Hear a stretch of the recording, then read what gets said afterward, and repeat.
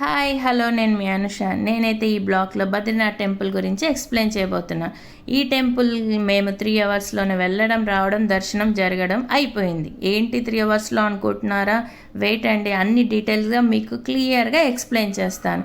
ఉత్తరాఖండ్లో ఉన్న బద్రీనాథ్ టెంపుల్కి వెళ్ళడం అయితే చాలా సాధ్యపడదు. ఎందుకంటే అది చాలా రోజులు జర్నీ చేయాలి. అది ఒక కష్టంతో కూడుకున్న యాత్ర అని అంటూ ఉంటారు. కానీ అలాంటి యాత్ర చేయాలి అంటే ఒక అదృష్టమే ఉండాలి అని చాలామంది చెప్తూ ఉంటారు.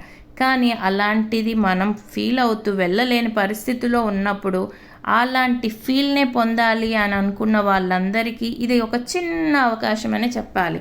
ఎందుకంటే ఇది చాలా దగ్గరలోనే ఉన్న దక్షిణాదికే బద్రీనాథ్ టెంపుల్. ఇది ఎక్కడుందని అనుకుంటున్నారా? సిద్దిపేట జిల్లాలోని బండ్ల మైలారం అనే గ్రామంలో ఈ గుడి నిర్మాణం జరిగింది. ఇది ఎలా జరిగింది అంటే 2007లో ఉత్తరాఖండ్లో ఉన్న కొంతమంది ప్రజలు హైదరాబాద్ షిఫ్ట్ అయ్యారట.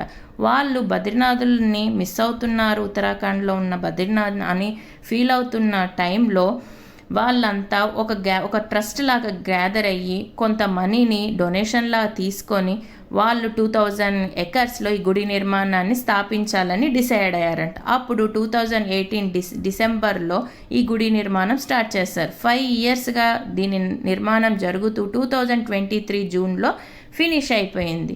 ఆ తర్వాత అందరికీ దర్శనానికి జూన్ 2023 29th నుంచి గుడిని స్టార్ట్ చేశారు దర్శనానికి. సో సేమ్ యాజ్ టీజ్గా బద్రీనాథ్లో ఉత్తరాఖండ్లో ఉన్న టెంపుల్ నిర్మాణం లాగానే ఇక్కడ ఈ నిర్మాణం జరిగింది.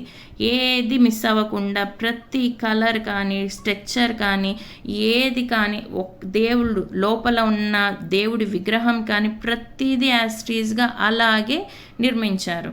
మనకు ఇంకొక విషయం ఏంటంటే ఇక్కడ అఖండ జ్యోతి అనేది ఉంటుంది. ఇదేంటి, ఇదొక విషయం అనుకుంటున్నారా?